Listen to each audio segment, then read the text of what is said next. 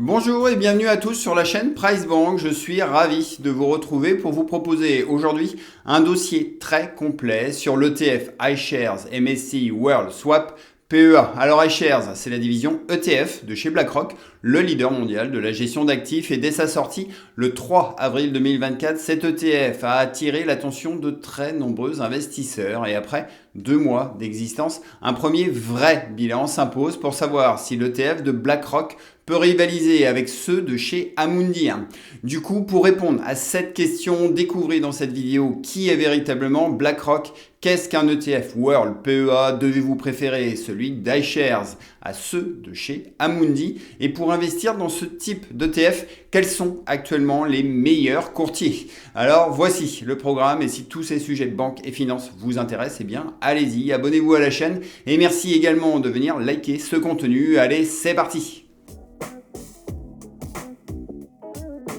Avec plus de 10 000 milliards de dollars d'encours sous gestion, BlackRock constitue la plus importante société de gestion d'actifs au monde, investissant notamment dans les plus grandes entreprises comme Apple, Microsoft, Google, Amazon ou encore Nvidia. Ces encours représentent ainsi 4 fois le PIB de la France, et à titre de comparaison, Amundi, notre leader européen, en gère 5 fois moins.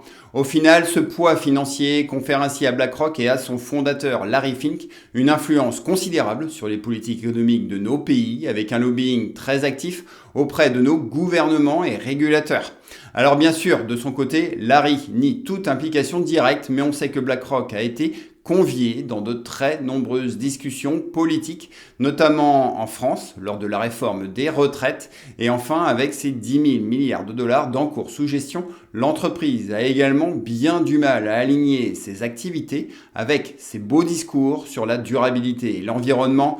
Bon, bref, qu'on l'admire ou qu'on le déteste, eh bien BlackRock consolide un peu plus chaque jour sa place dans l'économie mondiale, et en sortant en avril 2024 son tout premier ETF World PEA, le très puissant rocher noir de Larry vient très habilement gratter quelques parts de marché sur le sol français. La bourse comporte et comportera toujours un risque de perte en capital. Toutefois, investir régulièrement au sein d'un PEA dans 2 ou 3 ETF bien diversifiés entre eux constitue une stratégie d'investissement simple à mettre en place, une stratégie qui allie sur le long terme 4 qualités fort appréciables, à savoir un gain de temps, du rendement, de faibles coûts associés à une fiscalité avantageuse. En 2024, pour séduire les investisseurs, le nouvel ETF World de BlackRock vise à capter la performance du très populaire indice MSCI World, un indice composé pour rappel de plus de 1400 entreprises internationales issues de 23 pays développés. On y trouve notamment 70% d'actions américaines, parmi lesquelles Microsoft, Apple, Nvidia, Amazon, Google, Meta, et notez que les 10 premières sociétés représentent déjà plus de 21% de l'indice. Maintenant et plus concrètement, WPEA, c'est le ticker et le joli diminutif de ce nouvel ETF, et sa documentation y mentionne un indicateur de risque de 4/7 et une période de détention recommandée de 5 ans, et pour respecter la réglementation du PEA obligeant à investir 75% en actions d'entreprises européennes, cet ETF est dit synthétique et utilise des swaps. Alors pour faire simple, ces swaps permettent d'échanger la performance d'actions européennes contre un panier d'actions internationales, et de cette manière, vous bénéficiez en un seul investissement du potentiel de performance des plus grandes entreprises au monde et d'une diversification sectorielle et géographique déjà fort intéressante. Côté performance, l'ETF iShares est pour le moment trop récent pour tirer des conclusions, mais par contre, la performance annualisée du MSCI World sur lequel repose cet ETF est plutôt flatteuse, avec notamment 8,34% depuis 1988 et 9,45% sur les 10 dernières années. Alors bien sûr, inutile de s'emballer pour autant, car ces performances passées ne présagent pas forcément des performances futures. Toutefois, de tels rendements permettent de doubler votre capital en moins de 8 ans, et une personne ayant investi par exemple 10 000 euros sur le MSCI World il y a 10 ans disposerait aujourd'hui de pratiquement 24 700 euros, et notez au final que c'est quand même 11 000 euros de plus qu'une personne se contentant d'une épargne à 3%. Du coup, je me répète, mais une fois votre épargne de précaution constituée, eh bien diversifiez vos avoirs et pour cela, s'exposer à l'indice MSCI World peut présenter de nombreux atouts. Et d'ailleurs, découvrons à présent les forces et faiblesses du nouvel ETF de chez iShares. Quels sont ces atouts comparés à l'ETF World PEA de chez Amundi? Pour répliquer au mieux les performances de l'indice MSCI World au sein de votre PEA, 3 ETF sont désormais éligibles. Ce sont 3 ETF synthétiques et les deux premiers, le iShares WPEA et le CW8 d'Amundi, sont capitalisants, permettant aux dividendes d'être automatiquement réinvestis. Et ça, c'est l'idéal pour maximiser au mieux vos intérêts composés au sein de votre enveloppe PEA. Et de son côté, le WLD d'Amundi est devenu en mars dernier un ETF distributif. Et ici, vos dividendes vous sont versés sur le compte espèces de votre PEA. Et c'est un peu dommage car ça nécessite de devoir réinvestir ces sommes avec les frais de courtage qui vont avec.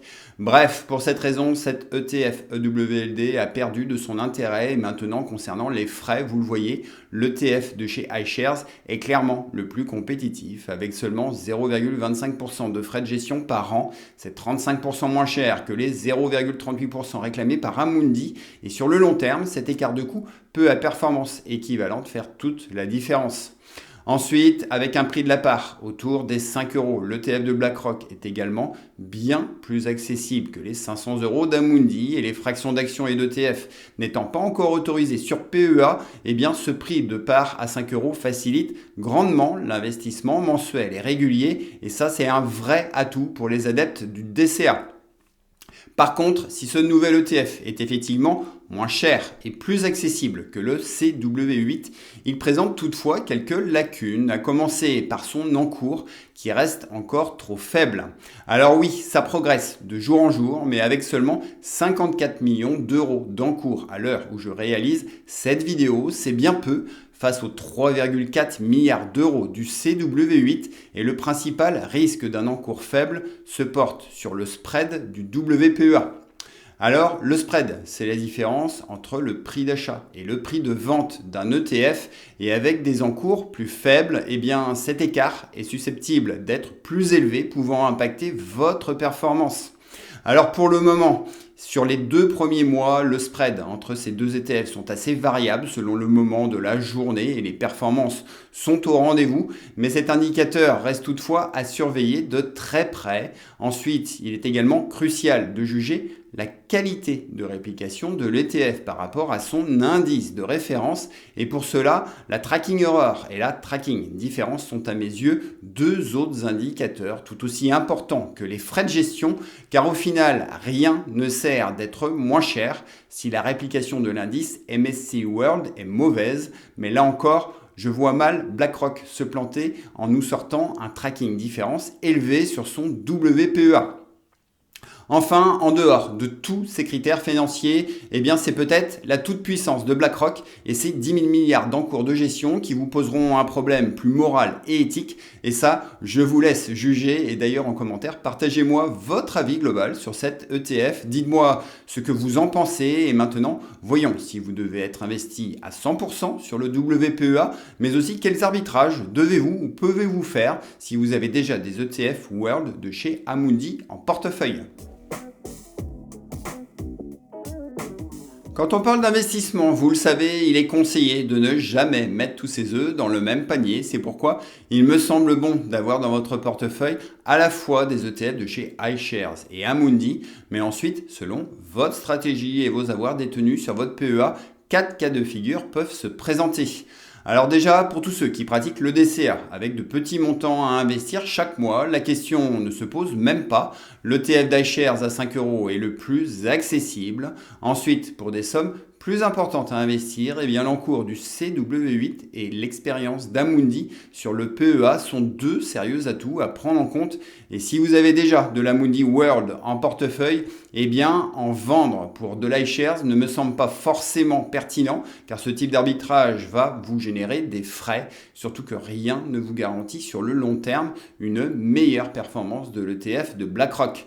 En revanche, avec des cours de bourse qui restent élevés, vendre une partie de vos ETF Amundi, CW8 ou EWLD peut être un choix judicieux vous permettant de matérialiser vos plus-values éventuelles et de réinvestir ensuite ces sommes progressivement sur l'ETF WPEA de chez iShares. Bon, vous l'avez compris, chaque situation est différente et tout ceci n'est bien sûr en aucun cas un conseil en investissement. Et d'ailleurs en commentaire, partagez-moi votre avis sur l'ETF de BlackRock. Dites-moi si vous avez déjà fait des arbitrages et dites-moi également si avec ce nouvel ETF, vous comptez changer de courtier car vous allez le voir, certains établissements se trouvent bien plus attractifs que d'autres. Plafonné à 150 000 € de versement et imbattable en termes de fiscalité, le PEA est clairement la meilleure enveloppe pour investir en bourse. Toutefois, afin de maximiser au mieux vos investissements, il est crucial de choisir un établissement financier avec des frais les plus bas. Et à ce petit jeu, 4 banques et courtiers se démarquent. Alors le premier, c'est Bourse Direct avec des frais de courtage parmi les plus économiques du marché. C'est par exemple 99 centimes pour un ordre de bourse entre 200 et 500 €.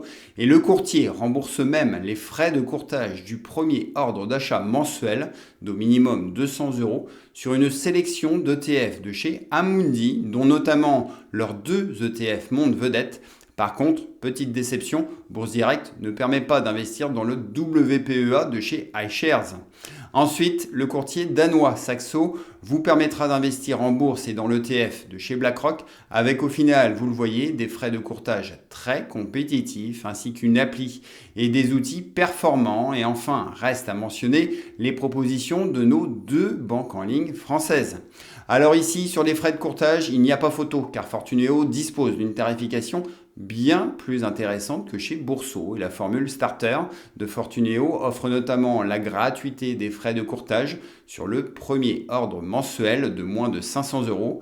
Et de son côté, Boursobank dispose de frais de courtage les plus élevés de nos 4 courtiers du jour. Mais pour capter le grand public, la banque en ligne propose des frais de courtage gratuits sur l'ETF de chez iShares via son Bourso Market. Et pour avoir voulu passer un ordre, leur récapitulatif des frais mentionne bien aucun frais de courtage. Par contre, depuis 2 mois et à fin mai, leur récap affichait encore un bug avec des frais de gestion de 1% au lieu des 0,25 prévus. Bon, au final, la propos de Fortuneo me semble, pour toutes ces raisons, plus juste et bien plus transparente. Et d'ailleurs, j'aimerais avoir votre avis sur la question. Et si vous jugez mon contenu utile et intéressant, eh bien, c'est le moment de liker la vidéo. Alors, allez-y, merci à vous. Et désormais, voici ma synthèse et verdict final. Selon Arnaud Gian, le responsable d'iShares en France, ce lancement témoigne de la volonté de BlackRock de démocratiser l'accès au marché de capitaux avec une offre combinant les bénéfices des ETF avec les avantages du PEA. Du coup, avec son ETF World, la mission de BlackRock me semble réussie et ce lancement devrait profiter aux PEA et aux investisseurs en apportant une concurrence plus équilibrée, surtout qu'Amundi nous a un peu déçus ces derniers mois avec des modifications intempestives sur ses ETF. Ainsi, avec seulement 0,25% de frais de gestion et une part à 5 €, l'ETF PEA devrait donc très vite prendre de l'épaisseur. Reste à surveiller les écarts éventuels de performance entre les ETF d'Amundi et d'iShares. Reste également à surveiller l'éventuelle contre-attaque d'Amundi qui pourrait décider de baisser ses frais si les encours du CW8 étaient menacés. Plus globalement, et pour diversifier votre PEA, n'oubliez pas non plus qu'il existe bien d'autres ETF et vous pouvez y associer également quelques actions de qualité. Notez aussi que pour diversifier vos investissements, il existe d'autres enveloppes capitalisantes comme l'assurance vie et ne sous-estimez pas pour autant le compte titre ordinaire qui bénéficie d'un univers d'investissement plus large que le PEA mais aussi d'un avantage méconnu en termes de transmission. Enfin, mon dernier conseil pour garder le bon cap dans la constitution de votre patrimoine est de réaliser au moins une fois par an un bilan patrimonial comme celui que vous propose PriceBank. L'accès et le diagnostic y sont gratuits et pour des préconisations d'investissement personnalisé, adapté à votre situation. Retrouvez à présent notre offre Start à 18,90 € avec un accès 30 jours ou encore notre offre Crésus pour bénéficier de tous nos outils pendant 1 an. Bref, des formules économiques et parfaites pour optimiser les investissements de tous les Français et vous trouverez le lien d'accès direct en description de cette vidéo. Sur ce, grand merci de votre écoute et si ce contenu vous a plu, eh bien allez-y, likez cette vidéo, partagez vos expériences, abonnez-vous à la chaîne et retenez qu'avec PriceBank, faites les bons choix pour votre argent, pour des finances qui vous ressemblent, comprises et assumées. Ciao à vous!